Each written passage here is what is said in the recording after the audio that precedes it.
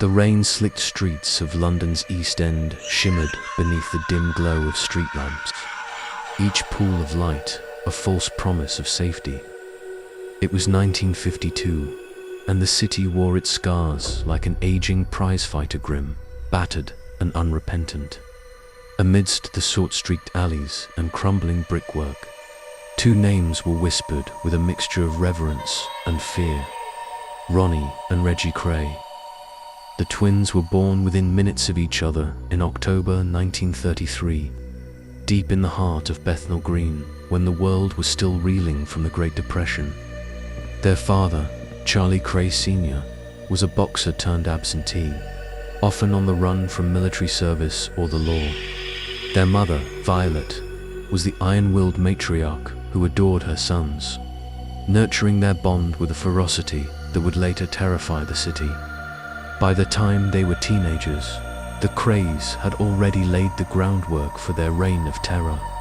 Street fights, petty theft, and intimidation were as natural to them as breathing. They were beautiful in a way that made people nervous, identical faces carved from stone. Blue eyes that saw through you, matching smiles that promised pain. By the time they were teenagers, the Krays had already laid the groundwork for their reign of terror. Street fights, petty theft, and intimidation were as natural to them as breathing. They were beautiful in a way that made people nervous, identical faces carved from stone. Blue eyes that saw through you, matching smiles that promised pain. The first move was subtle. A protection racket here, a nightclub takeover there. They wore tailored suits and spoke in the polished tones of gentlemen, but their methods were savage. If you crossed them, you didn't just risk a broken arm, you risked disappearing altogether. It was in the smoke-choked rooms of the R Club, a seedy little dive on Bow Road, that the twins first laid out their vision. Ronnie, always the more volatile of the two, slammed his fist into the wobbly table, rattling the cheap glasses. "We're not just gonna be another bunch of thugs," he growled. "We're gonna be legends." Reggie nodded, cool and calculating. "And we're gonna start by talking over every club, every bar, every racket from here to the West End." The R Club would become the birthplace of an empire built on blood. Their rise was meteoric. By 1955, they were running a string of nightclubs where celebrities, politicians, and criminals rubbed shoulders, pretending not to notice the menace behind every polite smile. They courted the press, cultivating an image of charm and sophistication that masked their brutality. But power breeds enemies, and enemies breed bloodshed. The first real test of the Krays' rule came with a man named Jack the Hat, McVitie, a low-level enforcer who thought himself untouchable. Jack was flashy, unpredictable, and worst of all, disrespectful. He owed the Krays money, and when pressed for payment, he laughed in their faces. Ronnie, who by then had slipped deep into a world of paranoia and psychosis, decided Jack needed to be made an example of. It wasn't enough to kill him. It had to be public, brutal, unforgettable. The first real test of the Krays' rule came with a man named Jack the Hat. McVitie, a low-level enforcer who thought himself untouchable. Jack was flashy, unpredictable, and worst of all, disrespectful. He owed the Krays money, and when pressed for payment, he laughed in their faces. Ronnie, who by then had slipped deep into a world of paranoia and psychosis, decided Jack needed to be made an example of. It wasn't enough to kill him. It had to be public, brutal, unforgettable. "You saw nothing," Ronnie hissed. "You heard nothing." The witnesses nodded, faces pale, hearts pounding. The Krays had crossed a line, and the East End, for all its rough edges, would never look at them the same way again. But the twins didn't care. They were untouchable, or so they thought. Over the following months, their violence escalated. Business rivals disappeared. Informants were found floating face down in the Thames. Even the police, notoriously corrupt, tread lightly round the Kray name. Behind the scenes, however, cracks were forming. Ronnie's mental instability worsened. He believed the government was plotting against him. He saw enemies in every shadow. Reggie, once the steadier hand, began drinking heavily, his judgment eroding with each bottle. And yet, their power grew. They opened Esmeralda's Barn, an upscale nightclub in Knightsbridge, where movie stars and lords mingled with gangsters and killers. They were the kings of London, reigning over a court of glittering decay. But no reign lasts forever. The autumn of 1956 brought a sickly chill to London, and with it, a hunger in the Kray twins that could no longer be sated by simple intimidation. Their ambitions roared louder than the sirens that often pierced the East End nights. Ronnie wanted war. Reggie wanted an empire. They carved a bloody path through the underworld with a precision that terrified even seasoned gangsters. Their gang, known simply as the Firm, was an organism with 1,000 hands exploiting, assaulting, controlling every vice the city craved. At first, the city's elite pretended not to notice. Aristocrats attended their lavish parties, mingling with criminals whose suits cost more than a year's rent in Bethnal Green. Women in furs and diamonds laughed too loudly, drank too heavily, all while glancing over their shoulders. Behind the velvet curtains and champagne flutes, men like Billy Hill, once king of London's underworld, watched the Krays with simmering rage. They were upsetting the delicate balance, bringing too much heat, too much blood. But challenging the Krays was a death sentence. It was in a smoky backroom of Esmeralda's Barn that a rival, Frankie Fraser, made the mistake of questioning Ronnie's authority. "You boys are getting sloppy," Frankie said, a sneer curling his lips. "You're making too much noise." The room froze. Cigarette smoke hung in the air like a noose. Ronnie leaned forward slowly, his eyes glinting with a madness that made grown men quake. "Noise," he repeated, as if tasting the word, "is what makes the world listen." Without warning, Ronnie lashed out, smashing a glass across Frankie's face. Blood sprayed across the table. Two of the Firm's enforcers dragged Frankie out into the alley, where he was beaten within an inch of his life and dumped in the gutter like trash. Word spread fast. You didn't cross the Krays. You didn't question them. You didn't even breathe wrong in their presence. Meanwhile, Reggie's descent into darkness deepened. He had once been the golden twin, the handsome, charming one who could manipulate a room with a smile. But after his brief marriage to Frances, she, a fragile beauty from Hoxton, began to unravel. So did Reggie's mind. Frances hated the life Reggie led. The late nights, the blood on his cuffs, the dead-eyed men who guarded their door. She begged him to leave it all behind, to run away with her and start anew. For a fleeting moment, Reggie considered it. He imagined a life far from London's rock, maybe, a villa in Spain, sun on his face, Frances in his arms. But Ronnie wouldn't allow it. "We're Krays," Ronnie snarled one night, when Reggie dared mention leaving. "We don't run, we own." Frances became a ghost, retreating into pills and silence. Less than 2 years into their marriage, she was found dead on apparent suicide. Reggie never recovered. The rage that consumed him after Frances' death made him even more dangerous. He no longer negotiated, he demanded, and when demands were not met, bodies fell. In the summer of 1966, a brutal turf war erupted between the Firm and a rival outfit led by George Cornell. Cornell was a hard man, a survivor of countless East End skirmishes, and he made the fatal mistake of mocking Ronnie. That fat poof couldn't fight his way out of a paper bag. Cornell laughed in the public bar of the Blind Beggar pub. The words traveled fast, and faster still was Ronnie's fury. One cold March evening, Ronnie walked into the Blind Beggar wearing a heavy overcoat and murder in his heart. The pub fell silent, glasses half raised, conversations dying mid-sentence. Cornell looked up, his smirk faltering.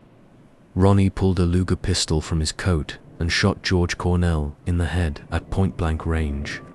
The sound of the gunshot was deafening, but it was the silence afterward that chilled the soul. Ronnie turned to the stunned patrons and said calmly, "You all saw nothing." He walked out, unhurried, as if he'd merely finished his drink. The murder sent shockwaves through London. This wasn't a back-alley stabbing or a quiet disappearance. This was brazen, public, a declaration of war against anyone who dared challenge the Krays. Police pressure mounted. Scotland Yard formed a special unit led by Detective Superintendent Leonard Nipper, Reed, whose sole mission was to bring the twins down. But the Krays were slippery. Witnesses were too scared to testify. Evidence evaporated into smoke, and the twins, with their polished manners and charitable donations, played the part of respectable businessmen. Behind closed doors, though the violence escalated, bodies began piling up. Associates who showed weakness were eliminated. Rivals disappeared. Even loyal members of the firm were not safe if they showed even the slightest hint of betrayal. The Krays ruled with fear, and fear alone. But cracks were beginning to show hairline fractures in the facade they had so carefully constructed. Ronnie's madness was now impossible to hide. His rants about government conspiracies grew more frequent, more deranged. Reggie, drowning in grief and whiskey, became increasingly unpredictable. And in the dark alleys of the East End, whispered rumors grew louder. The end was coming. By early 1967, the streets of the East End wore the Krays' mark like a fresh scar raw, aching, unhealed. Their reign had grown so absolute that even the cabbies changed routes when whispers of the twins' presence drifted through the air. In their clubs, the laughter was always too loud, the smiles too forced. Nobody felt safe, not even their own men. In the shadows, Nipper Reed tightened his net. He knew he couldn't catch the Krays through conventional means. The firm was too loyal or too terrified to talk. He needed a wedge, a fracture point, a weakness. He found it in Leslie Payne. Payne was the Krays' legitimate frontmanner, polished, educated operator who handled their business affairs, laundering money and arranging deals that gave the twins a veneer of respectability. But Payne was greedy. More importantly, he was tired. Tired of Ronnie's rages, tired of Reggie's mood swings, tired of walking the razor's edge between wealth and death. Nipper approached Payne quietly, promising protection, anonymity, and most seductive of all, a way out. At first, Payne resisted. Loyalty, even loyalty born of fear, was hard to sever. But then came the night Ronnie accused him wildly and spitting rage of betrayal during a drunken tirade. Ronnie beat Payne unconscious in front of half the firm, leaving him broken and humiliated on the club floor. It was enough. Payne began to talk. Slowly, carefully, he peeled back the curtain on the Kray Empire names, dates, deals, murders. And as Nipper listened, his heart pounded with the realization. He finally had them. But the Krays were not blind to the shifting winds.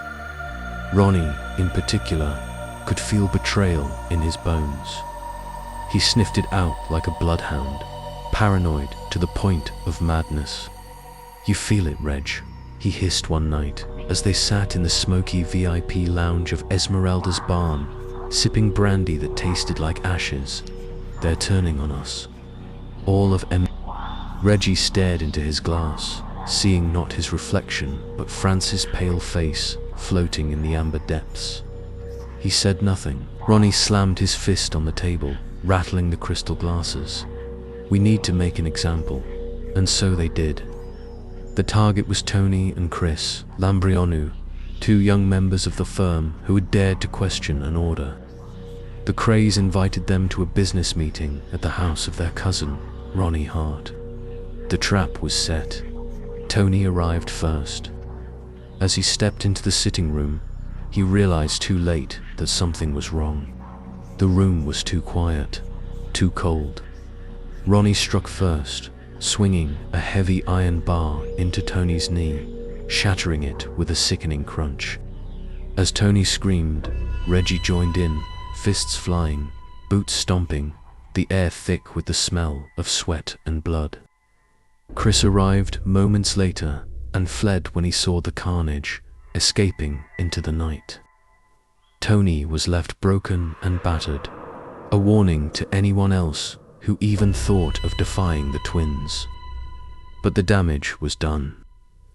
Chris, terrified and desperate, turned himself in to the police. He gave Nipper Reed the testimony he needed to tie the Krays to assault, extortion and murder. The clock was ticking. Meanwhile, Ronnie's behavior spiraled further into lunacy. He began carrying a gun everywhere, even to the most mundane meetings. He would mutter under his breath, threatening invisible enemies, laughing at jokes only he could hear. And Reggie became a ghost. The charming twin was gone, replaced by a hollow shell of a man, drinking himself into oblivion, haunted by Francis' death and his own mounting guilt. In public, the Krays still maintained appearances, tailored suits, flash cars, high-profile parties. But in private, the empire was crumbling. The final act of madness came with the murder of Jack the Hat McVitie. McVitie had once been a loyal soldier, but drug addiction and arrogance had made him a liability. He failed to carry out a contract killing ordered by the Krays, and worse, he bragged about it in the pubs, mocking the twins openly. It could not be tolerated.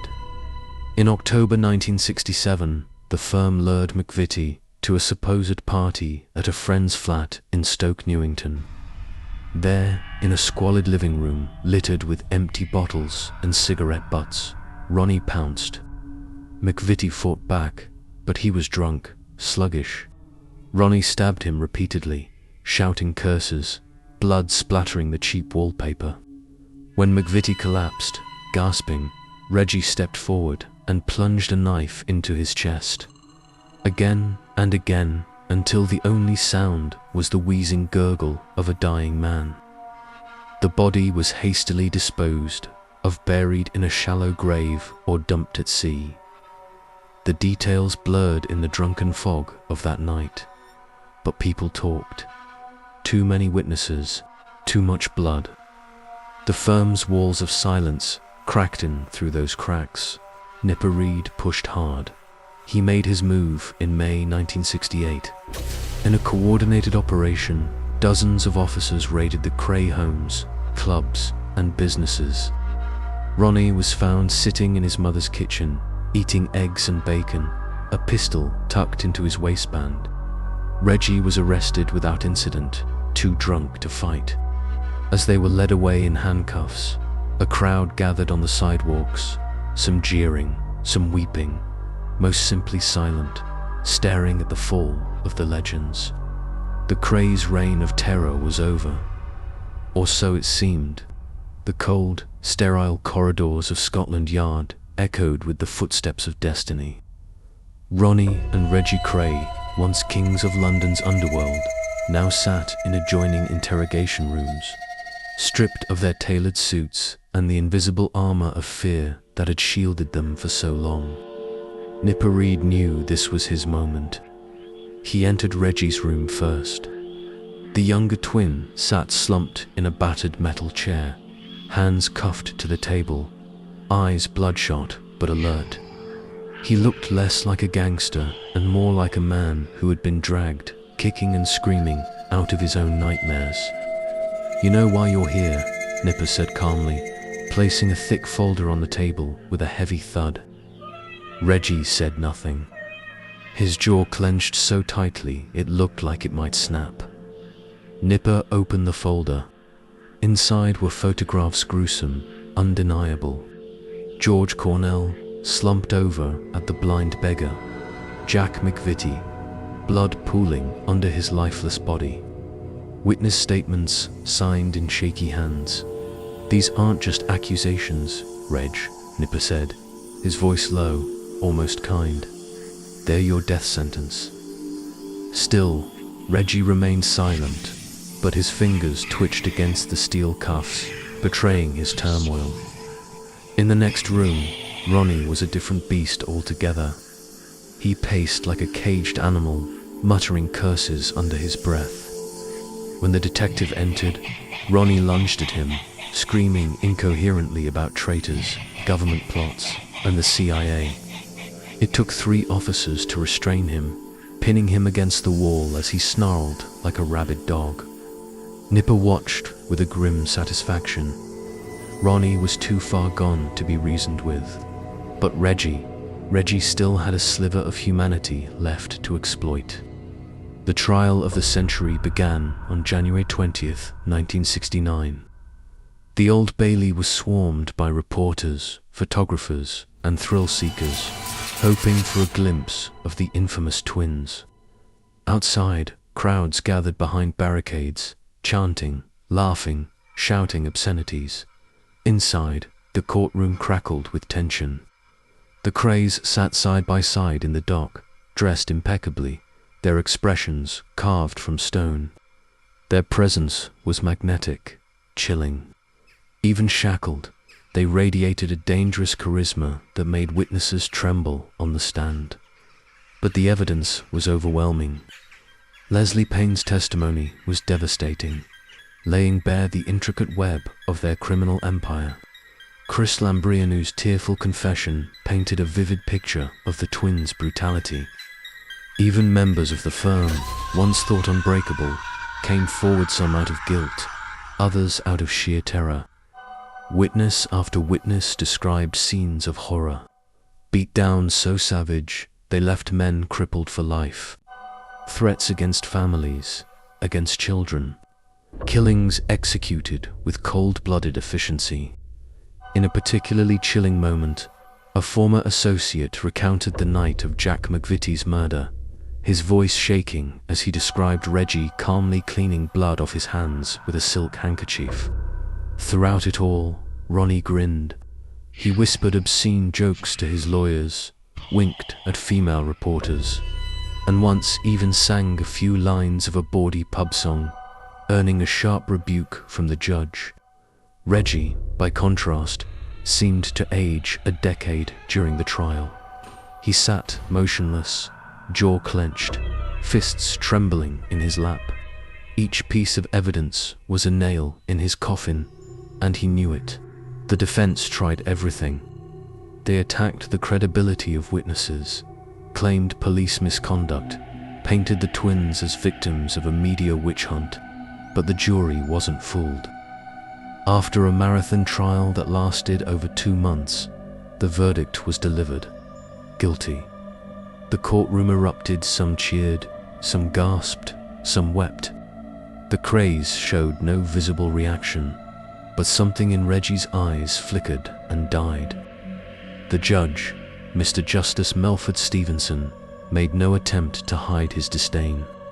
"In my judgment, society has been protected by the removal of you 2 men," he declared, sentencing both twins to life imprisonment, recommending a minimum of 30 years behind bars. It was one of the harshest sentences ever handed down for murder in Britain. As they were led from the dock, Reggie turned his head and looked over his shoulder, one last glance at the city he had once ruled. Ronnie, smiling like a child promised a toy, hummed a tune under his breath. Prison, however, would not break them easily.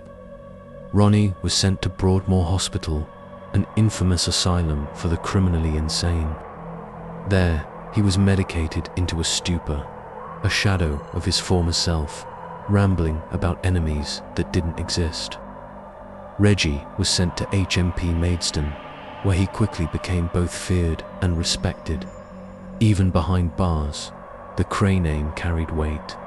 Guards turned a blind eye. Inmates deferred.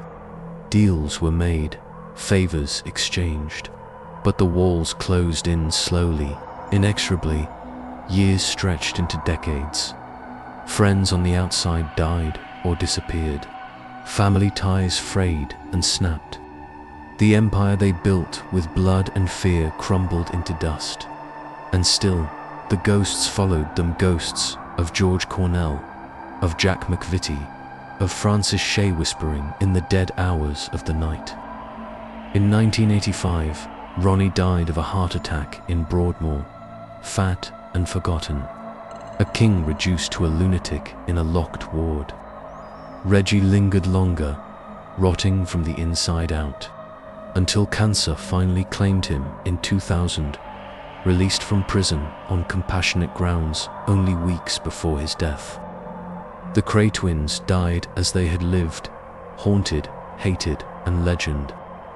Long before the gunshots, the stabbings, the whispered terror that clung to every cracked brick of the East End, there had been two little boys, Ronald and Reginald Kray, identical twins, born into poverty, into a Britain still reeling from the Great War.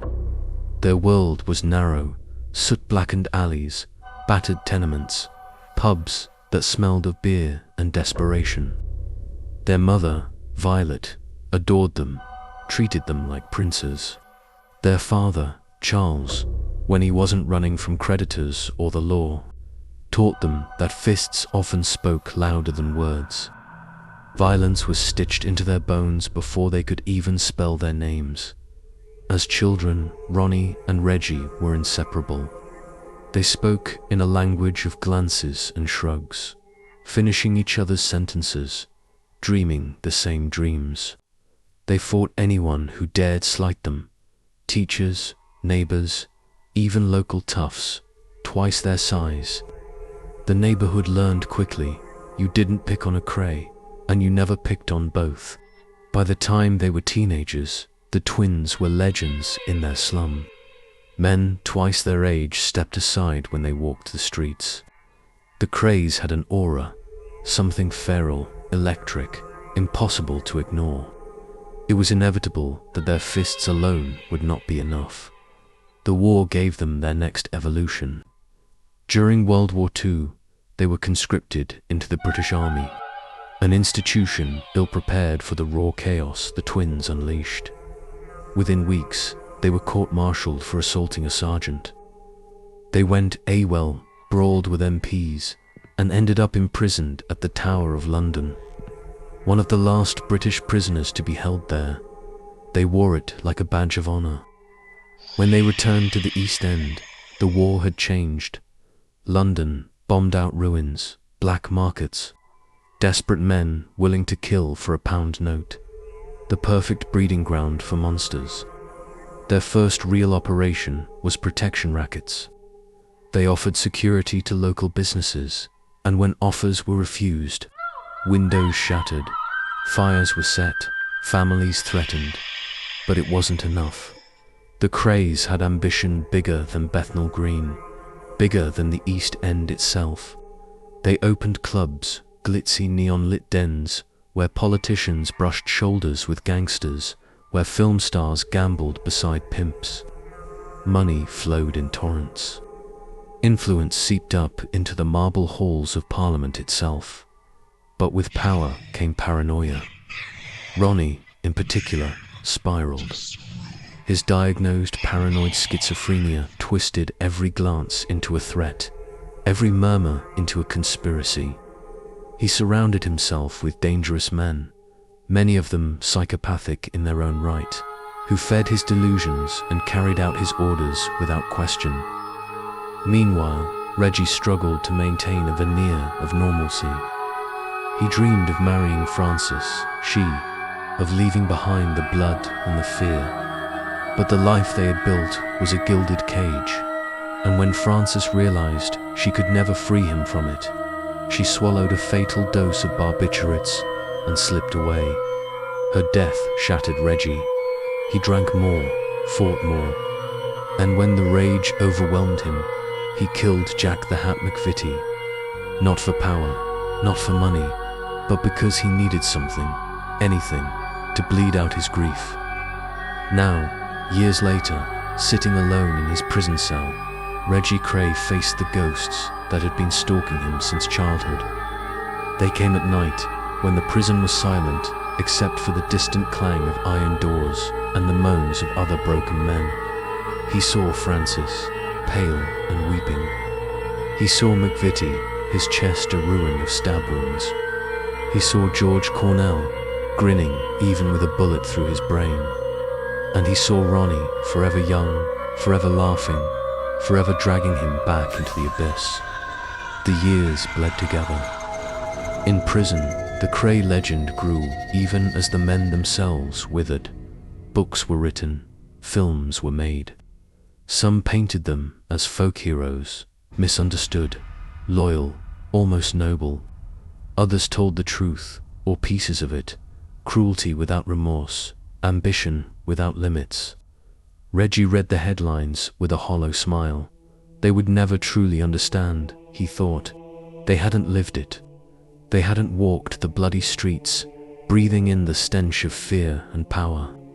He sometimes wondered if he had ever had a choice. Was he always destined to become a monster? Or had he simply played the only hand life had dealt him, a deck stacked with violence, betrayal, and death? As cancer gnawed away at his body, Reggie spent his final days in a hospital bed, shackled to the past. He gave a few interviews, his voice raspy, his eyes sunken, talking about loyalty, about honor, words that tasted like ashes. When he died, few mourned. A simple funeral, attended by a handful of old comrades and curious reporters. No grand send-off, no parades, just a drizzle of rain on cracked gravestones and the fading echoes of a name that once made London tremble. The Krays were dead, but their legend would never die. The East End didn't collapse when the Krays fell. It adapted, it survived. Like a wounded animal licking its wounds, it birthed new predators. In the years following the twins' imprisonment, a violent vacuum sucked in a new breed of criminal, younger, hungrier, less loyal, more vicious. Men who had once bowed before the Krays now seized their own slices of the crumbling empire. The Richardson gang, longtime rivals from South London, expanded northward. Irish mobs, fueled by paramilitary money and blood feuds, moved in with military precision. West Indian posses, bringing with them a new drug trade, carved out territory block by bloody block. The old codes, respect, family, loyalty, were eroded, replaced with something colder, something deadlier. Cocaine replaced protection money. Automatic weapons replaced fists and knives. Drive-by shootings became the new language of fear. But amidst all this new chaos, the Kray name still cast a long, black shadow. Some whispered that the Kray's downfall had unleashed a curse upon the East End, a karmic retribution for decades of terror and blood. Others claimed that Reggie, in his final fevered days, had made a vow that no one would ever rule London the way he and Ronnie had, that the streets themselves would reject any new king. And for a time, it seemed true. Gang wars erupted like brush fires. Bodies piled up in alleyways, rivers, shallow graves. No one could hold power for long without being cut down by rivals or betrayed by their own. The police, emboldened by their victory over the Krays, launched operation after operation, sweeping through the neighborhoods like stormtroopers, battering down doors, dragging men and women into the freezing dawn in handcuffs. But no matter how many were arrested, more rose to take their place. Crime, like rot, was in the bones of the city now. One man, however, dared to dream of building a new empire. His name was Eddie Foster. The police, emboldened by their victory over the Krays, launched operation after operation, sweeping through the neighborhoods like stormtroopers, battering down doors, dragging men and women into the freezing dawn in handcuffs. But no matter how many were arrested, more rose to take their place. Crime, like rot, was in the bones of the city now. One man, however, dared to dream of building a new empire. His name was Eddie Foster. You needed politicians in your pocket. You needed judges and journalists. You needed to make the public love you, or at least fear you in the right way. By the early 1990s, Eddie controlled most of the East End's drug trade, several nightclubs, and a string of betting shops. He brokered deals with Albanian syndicates, Russian oligarchs, even XRA gunmen. He was building an empire bigger than anything the Krays could have imagined. But Eddie made one crucial mistake. He invoked the Kray name too often, too loudly, claimed he was their heir, promised he would make London fear again. The old guard, the survivors, the loyalists, the ghosts of the firm took notice. Men who had served the Krays, who had killed for them, who had buried friends and enemies alike, saw Eddie's boasts as blasphemy, and they decided to remind London what real fear looked like. It began with whispers, phone calls in the dead of night. Photographs slipped under Eddie's door images of men he thought long dead, staring back at him with cold, dead eyes. Then came the killings. First, Eddie's lieutenant, found in a burnt-out car, teeth smashed out, tongue nailed to the dashboard. Next, his mistress, strangled with piano wire, a Kray coin shoved into her mouth. Finally, Eddie himself.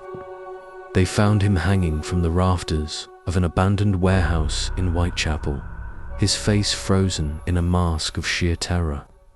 Carved into his chest, with surgical precision, was a single word: traitor. The message was clear. There would never be another Kray. The throne was buried with Ronnie and Reggie, deep in the cold, unyielding soil of the East End. The city moved on, but some things, some legends, never truly die. Even now, decades later, in the dim alleys and forgotten pubs, old men lower their voices when they speak the names. Parents warn their children not to linger after dark. Taxi drivers still take the long way around certain streets, even if they can't quite explain why. And sometimes, late at night, when the fog rolls in thick off the Thames, some swear they see two figures standing beneath the broken lamplit suits, cold, dead eyes, watching, waiting. The Krays, still guarding their kingdom of ghosts. The city had almost forgotten. Almost, but history, especially bloody history, has a way of clawing its way back from the grave. In 2023, during a renovation project in Whitechapel, a construction crew stumbled upon something chilling. A sealed room hidden beneath an old pub, long abandoned, scheduled for demolition. Inside were relics, blood-stained clothing, rusted knives, Polaroid photographs yellowed with age, and in the center of it all, a ledger, written in a precise, elegant hand. The book listed names, dates, debts, and deaths. The signature at the bottom of each page was unmistakable. Iron Kray. Iron Kray. The media exploded. Kray's kill list discovered, screamed the headlines. Podcasts dissected every name. True crime channels on YouTube racked up millions of views within days. But not everyone was celebrating, because some of the names in that ledger were still very much alive, and they were terrified. Detective Inspector Hannah Cole had grown up in the East End, hearing whispers about the Krays from her grandfather. Now, she found herself standing in the cold, crumbling cellar, staring down at the book that had started a storm. It was supposed to be simple: catalog the evidence, archive it, move on. But Hannah felt it immediately, something rotten, something awake. Within a week of the discovery, 2 men named in the ledger were dead. One, a retired enforcer found drowned in his bathtub, wrists slashed. The other, an ex-councilman with suspected mob ties, shot execution style in his gated mansion.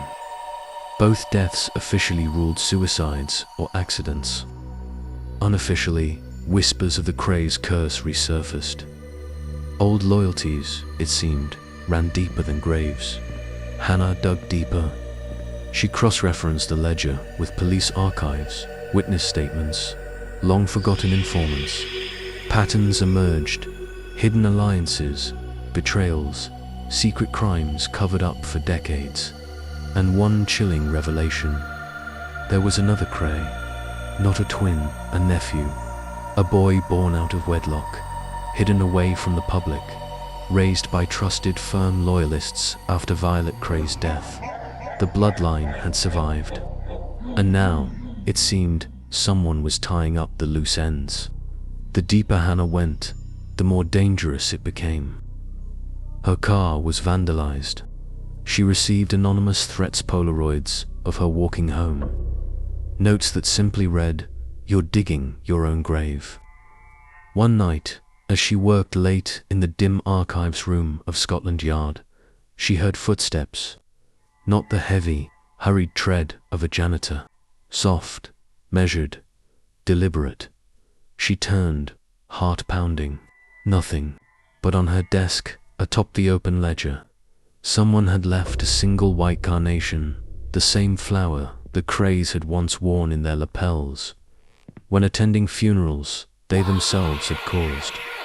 She wasn't investigating a cold case anymore. She was being hunted. Determined, Hannah reached out to the last living insider, an ancient man named Albert Bertie Shaw, once the Krays' personal driver. She found him in a decrepit nursing home on the edge of the city, more bones than man, his voice a cracked whisper. "Bertie," she asked, leaning close, "was there another Kray?" Bertie's milky eyes flickered with terror. He grabbed her wrist with surprising strength and rasped for words. The blood never ended.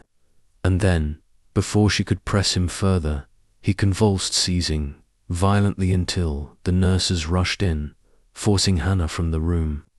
That night, Bertie died, officially. Heart failure, unofficially. Silenced.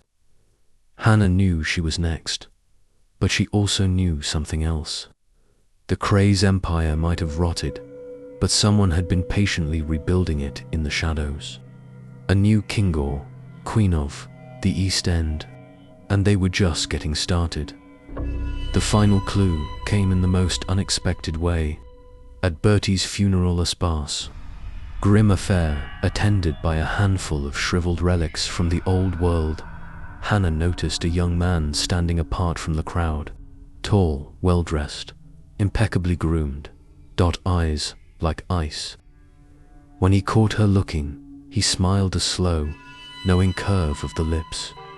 The same smile captured in countless grainy photos of Ronnie Kray. The bloodline had survived, and it was reclaiming the throne.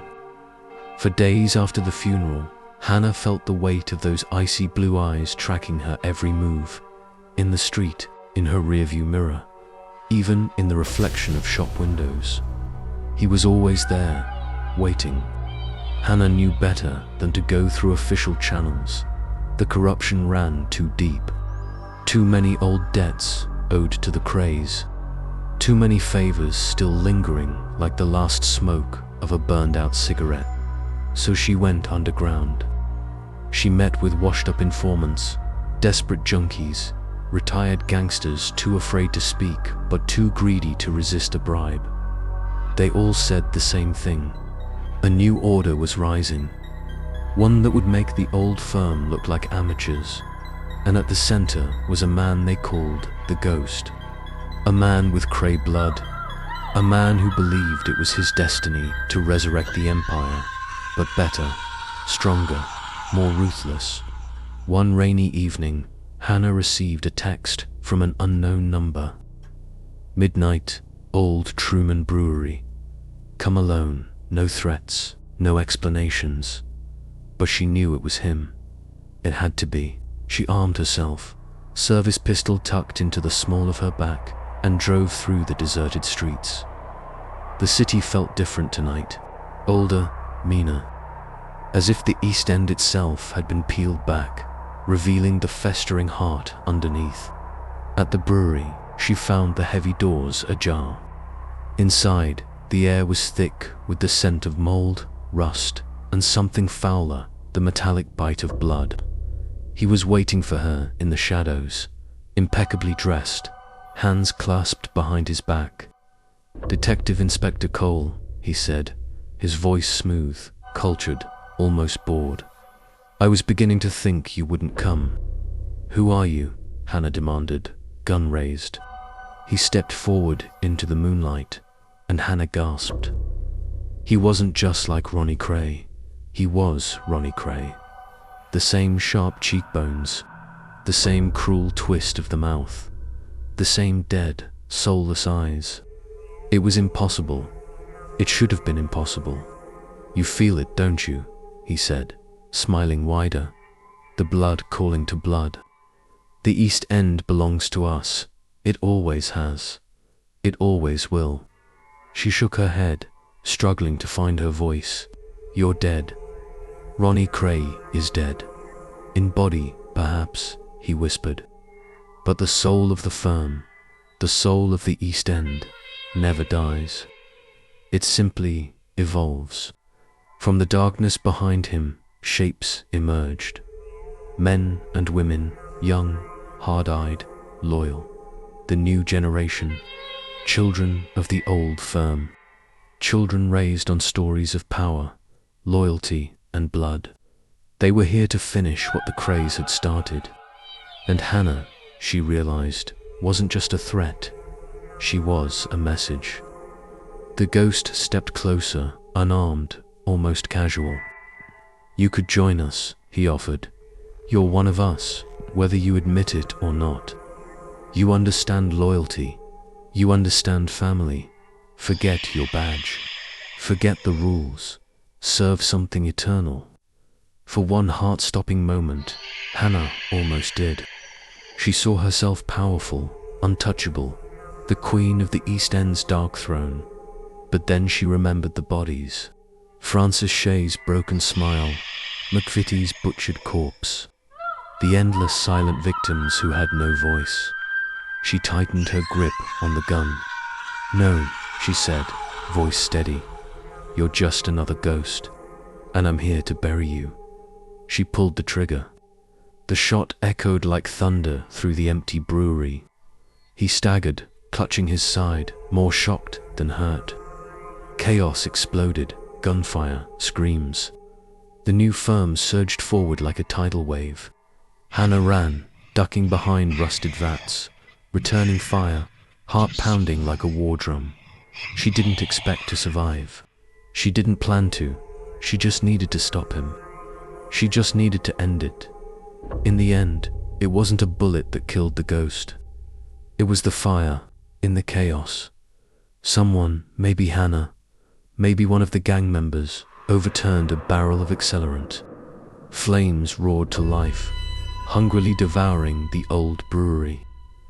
The Ghost stood at the center of the inferno, laughing as the fire consumed him, his face lit by flickering, demonic light. He raised his hand in a mock salute as the beams collapsed and the building caved in. Hannah barely escaped, coughing and bleeding, collapsing on the wet cobblestones outside.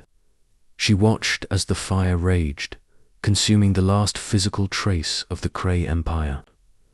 But even as the sun rose over the smoldering ruins, Hannah knew the Krays would never truly die. Their legend lived in every whispered threat, in every backroom deal, in every broken body dumped into the dark Thames. The East End remembered, and the East End never forgave.